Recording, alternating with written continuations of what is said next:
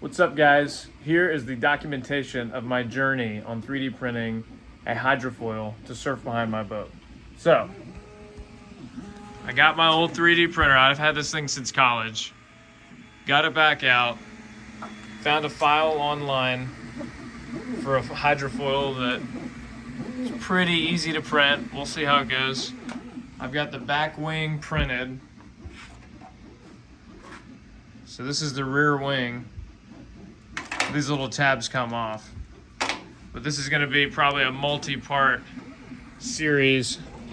So what I'm going to do is get everything printed out. This is the front wing, the rear wing, the mast, and the fuselage. I have an old board that I'm going to use that I already have a mount for. And then I'm going to fiberglass the entire thing. So the idea is to have a fully functioning surf hydrofoil for as cheap as I could possibly get it. Material itself, I think a spool is those are like 20 bucks. So far I haven't had to have multiple prints. This is the only print so far, so I'll clean it up a little bit. Turned out pretty smooth. You can see it's a little shaky, but it's a cheap 3D printer. So stay tuned. All right, so we just finished printing the front wing. Turned out pretty good. A little bit to clean up there, but overall, turned out. I got the rear wing all mocked up. So we'll get this one glued together, cleaned up, and then we'll start on the fuselage. All right, I got the front wing all glued and taped together. I'm just using this Gorilla Glue right here. You can see there's a little bit of warpage.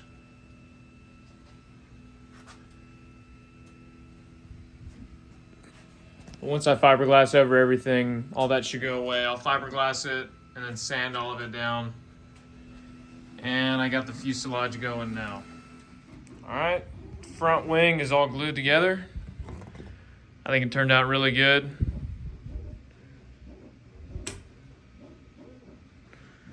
So that'll sit like that.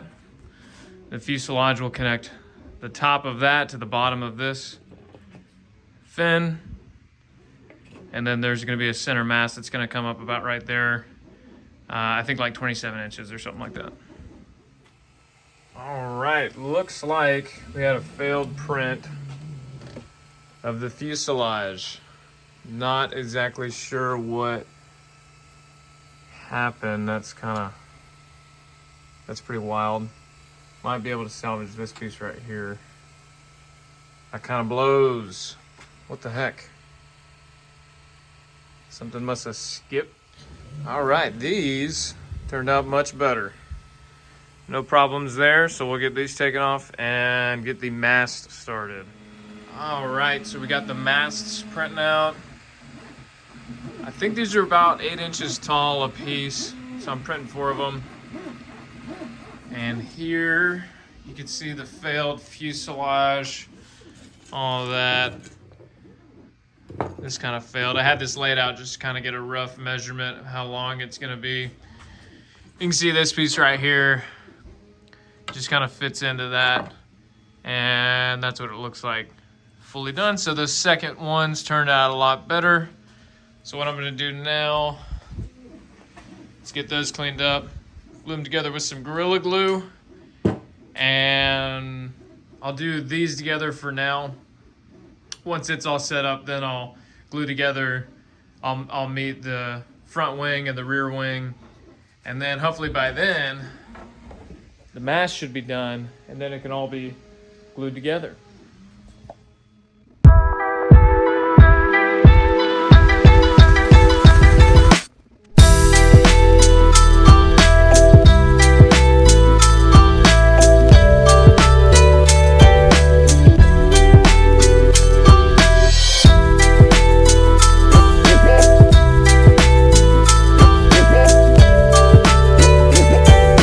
Got the fuselage done.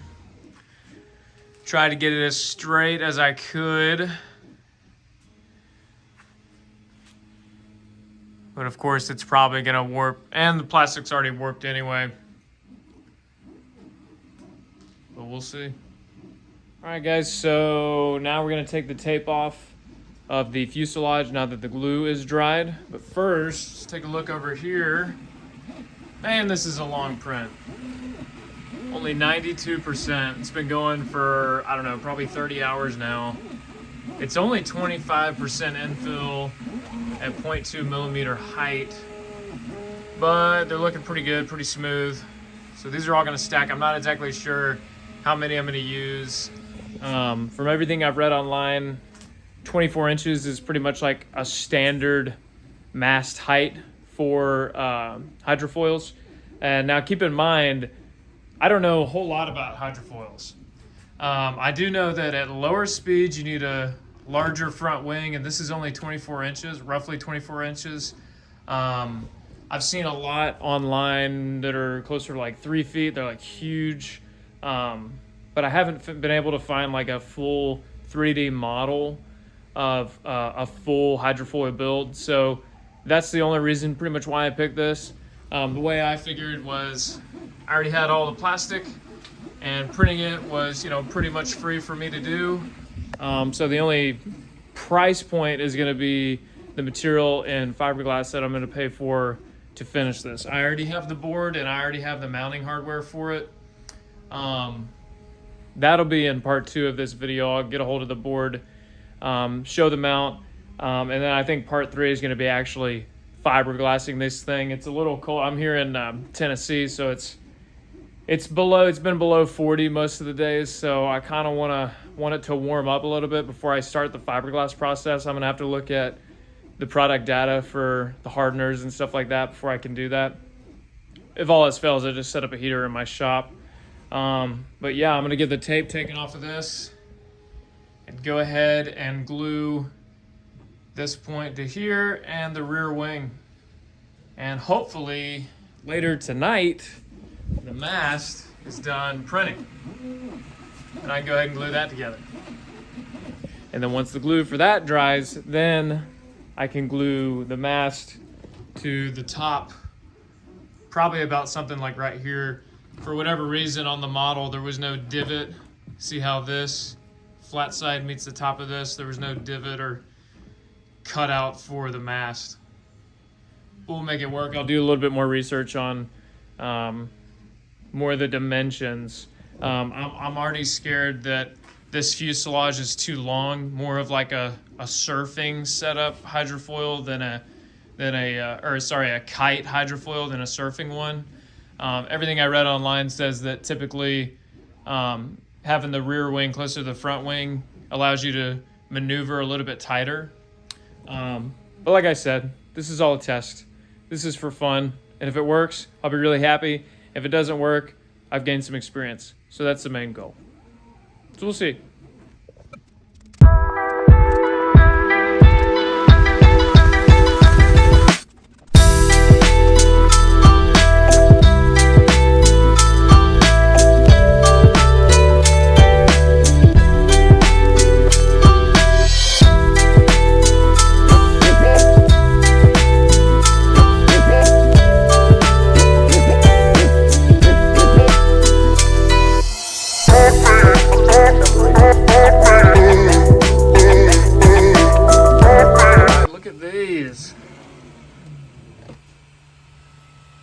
Turned out pretty good, no mess ups.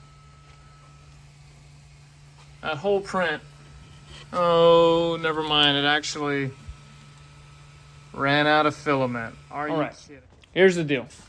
These prints turned out great, but since I ran out of filament, they didn't print the last bit. See those 2 holes? That's supposed to be a peg. It comes out about 1/4 inch. But fortunately, I have something in my shop that might work. This right here on my caulk gun. Luckily, I have 2 caulk guns. But this right here fits right into those holes. So I'm just gonna cut like inch sections from all of these. The main reason for doing that's gonna add a little bit of weight, but I don't think it's gonna matter too much. But the main reason is that it's going to be so much easier to align all these. I could 3D print some pegs, but actually I can't because now I'm out of filament. I know I have that right there, but it's kind of old and the prints wouldn't turn out all right. Anyway, so I'm just gonna chop this up and stick them all in these holes and glue that all together. I still need to measure it. Let's do that real quick.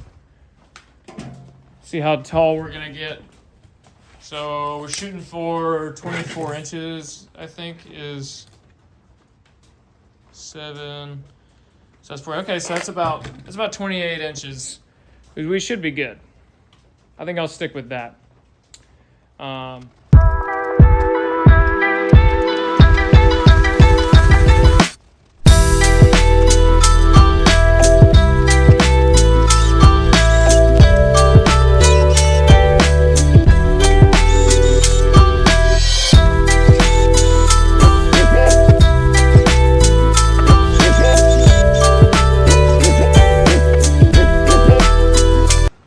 So I cut the little metal pieces.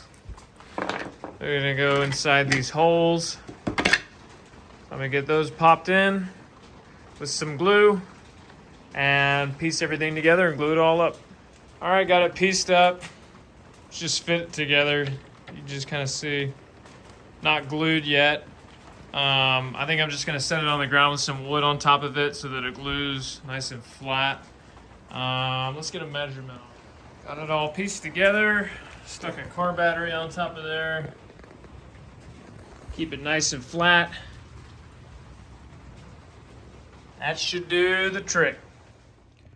All right, guys, so I drew this little base mount up on Fusion 360. By the way, if you've never used Fusion 360, it's free to get on your computer for like personal projects. That's just a pretty much cut down version of AutoCAD Inventor, which is what I used in college. And I was a fan of that, and it was super easy to use. So just upload it as an STL file and open it up in Cura and slice it up however you want it. So I think this will work out pretty nice. The good thing about boom, ran out of filament again. I guess it's finally time to order a roll. So I'm gonna order that, get a new one printed, but pretty sturdy. Looks pretty good. I can check that profile there and make sure that that's gonna fit on top of the mast. And by the way, I'm gluing that all together right now. So I'll be back when this is actually printed. Much better. This turned out great. Nice and sturdy. Let's get that off and glue it to the top of that. Boom. All right, guys, so there's the final product of my 3D printed hydrofoil. I'll have the links in the description below for the hydrofoil that someone else designed, and then the base, the mast base that I designed. Look at that. I'm proud of that. Anyway, so remember, this is part 1, so follow along. Part 2 is going to be me putting the board together, and part 3 is going to be me fiberglassing this entire thing. And then part 4 is going to be me seeing how hard this is to use. So follow along, like and subscribe. Thanks.